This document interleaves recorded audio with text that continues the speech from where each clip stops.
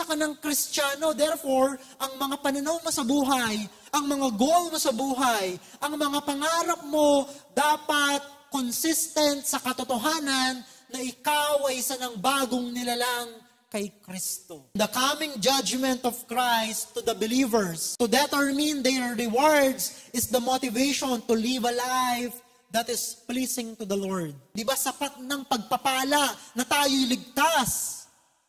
Pero merong gantimpala na tatanggapin tayo mula sa Kanya?